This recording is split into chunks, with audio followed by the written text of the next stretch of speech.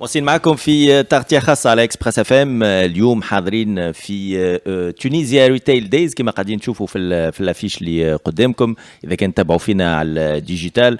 الموضوع هو على امتداد ايام 6 و7 فيفري لي لوفيي دو كرواسونس اي دو بيرفورمانس ان 2024. قاعدين نحكيو على التجارة عموما بمختلف لي برونش اي لي سيكتور نتاعها. جاب حذانا مسيو ماكسونس ديسلير. Donc vous êtes CEO et fondateur de Improvise, la société Improvise, et vous êtes expert en analyse de données en ce qui concerne le commerce. On va parler du commerce digital. Absolument. Alors, lorsqu'on parle de commerce digital, on parle plutôt d'un commerce mixte, mais qu'est-ce qu'on entend réellement par le terme commerce digital, Monsieur Maxence? Alors, le commerce digital, c'est un terme qui est encore assez récent, assez peu maîtrisé. Il n'est pas dans le dictionnaire d'ailleurs. C'est un terme qui n'est pas dans le dictionnaire aujourd'hui. Quand on le cherche, on ne le trouve pas. Il y a donc plusieurs définitions qui existent. Quand on cherche sur Google, on trouve plusieurs choses. Il y a plusieurs écoles. De manière très simple, il y a une première école qui va associer le mot digital avec les entreprises qui font du commerce en ligne et qui ont des magasins physiques. Voilà, des magasins... on va dire dans la rue, des magasins qu'on peut voir dans la vie de tous les jours. Et il y a une autre école qui va plutôt parler du digital qu'on peut retrouver dans ces magasins-là, dans les lieux qui accueillent du public. Donc aujourd'hui, il n'y a pas une école qui a tort ou qui a raison, hein, c'est deux manières de faire. La première école qui... à mon sens, existe depuis longtemps, puisqu'on parle aussi d'omnicanal. L'omnicanal, c'est l'art de faire du commerce partout où le consommateur se trouve, qu'il soit sur le e-commerce ou qu'il soit en magasin. Ici, le digital, on va, en tout cas en ce qui me concerne, on va surtout parler des magasins physiques et de la manière dont on peut améliorer l'expérience magasin et sa rentabilité, sa performance. En fait, l'histoire du digital, elle commence il y a une petite quinzaine d'années, où Internet commence à devenir très préoccupant pour les acteurs du retail traditionnel. Amazon devient un ogre déjà il y a une quinzaine d'années, et beaucoup de magasins se posent des questions. Comment faire pour lutter contre un concurrent qui a beaucoup plus d'offres que ce que nous-mêmes on peut accueillir à l'intérieur de nos propres magasins. Et c'est de là qu'est née en fait cette envie de pouvoir avoir plus d'offres en magasin, de pouvoir proposer plus d'offres en magasin, voire de pouvoir en proposer autant qu'à un concurrent en ligne comme Amazon. C'est de là que naît le digital. C'est être capable de pouvoir vendre des produits, mais qu'on ne peut pas avoir en stock, parce qu'on ne peut pas pousser les murs, on ne peut pas avoir un stock infini à l'intérieur d'un magasin. Et la seule manière de résoudre ce problème-là, c'est de faire avec des outils digitaux en magasin. Alors il y a plein de manières de faire. On peut équiper des vendeurs avec des outils en mobilité, des tablettes, des téléphones qui vont pouvoir être capables de faire des ventes de produits qu'on ne peut pas avoir physiquement présents. Ça peut être aussi avec des bornes interactives.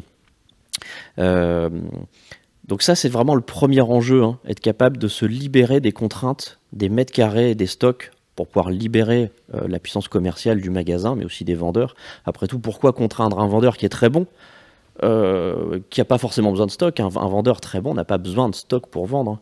Les vendeurs de voitures, par exemple, peuvent très bien vendre des voitures sans avoir besoin de la voiture, hein, qui soit physiquement exposée. On va peut-être donner des exemples, comme ça on comprendra mieux le commerce digital. Très bien. Alors, en ce qui concerne la Tunisie, je pense que l'enseigne Decathlon est présente en Tunisie. Decathlon, c'est une entreprise spécialisée dans le sport, avec énormément de sports en spécialité.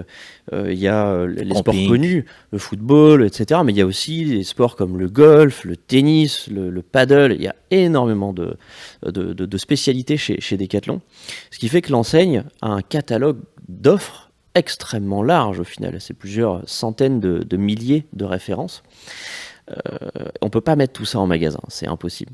Et donc Decathlon utilise du digital à l'intérieur de ces magasins. Il y a à la fois des smartphones dans la main de tous les vendeurs dont ils se servent pour faire des ventes, mais aussi des bornes interactives dont ils se servent pour faire des ventes.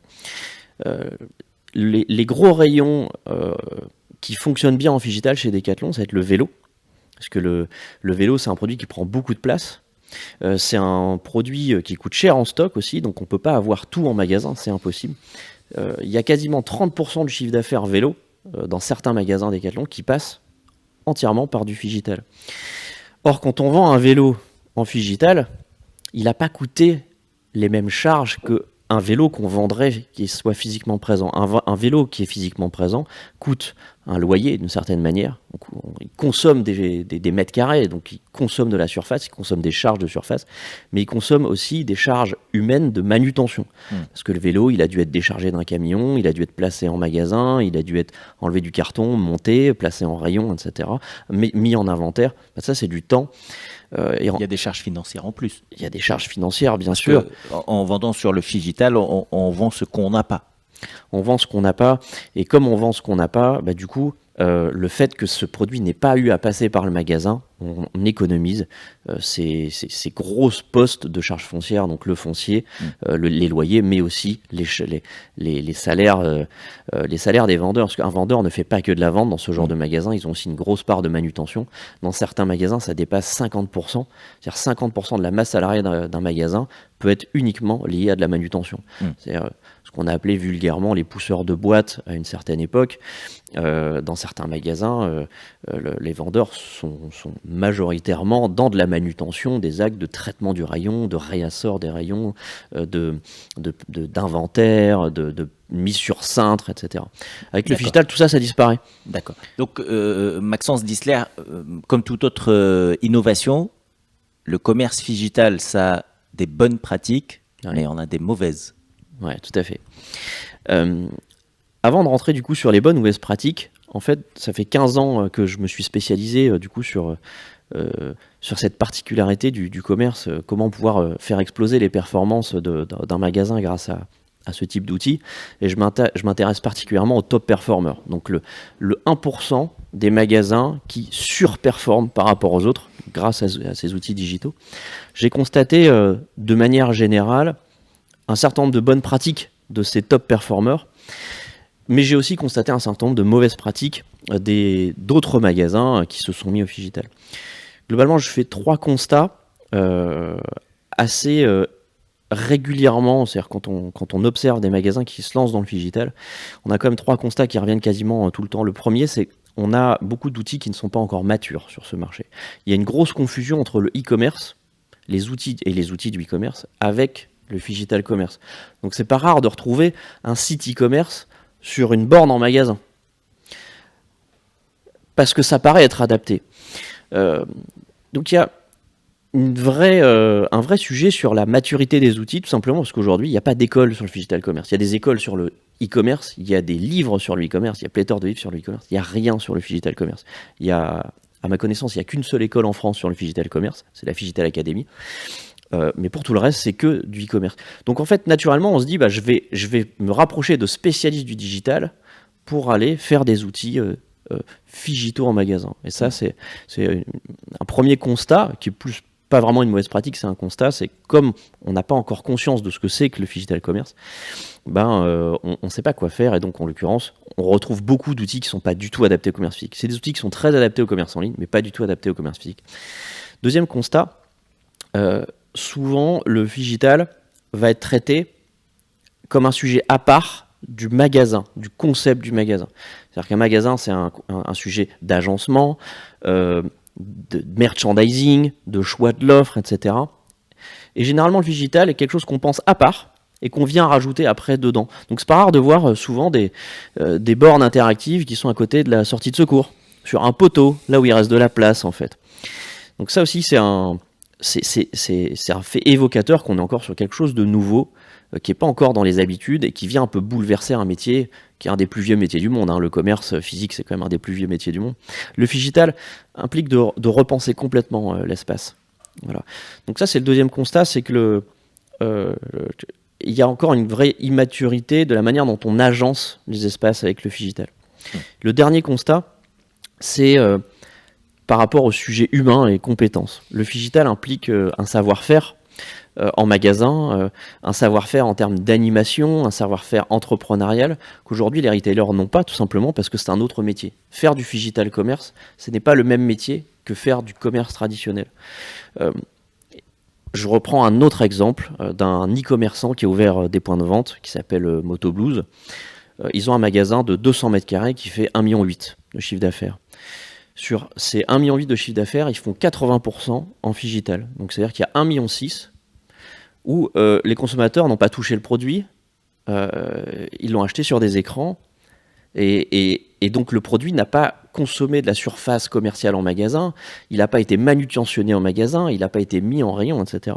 Donc en termes de modèle économique, de rentabilité, c'est extraordinaire. Mais pour arriver à ça, il y a des compétences derrière. C'est-à-dire que les vendeurs ne vendent pas de la même manière dans ce type de magasin qu'on va vendre dans un magasin d'accessoires moto traditionnel. C'est pas du tout la même manière de faire. Donc le dernier sujet, c'est un sujet de compétences, compétences humaines. Du coup, j'en viens forcément aux bonnes et aux mauvaises pratiques.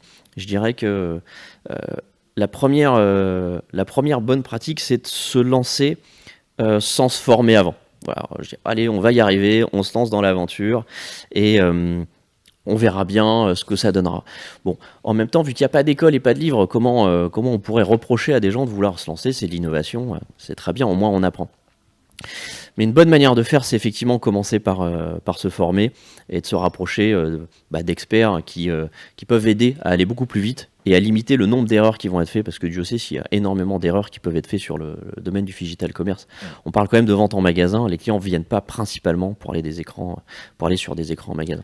Alors, lorsqu'on est dans des configurations comme des chiffres que vous avez cités, du 20-80 au profit du digital, moi je me dis, pourquoi pas ne pas basculer vers le digital tout simplement?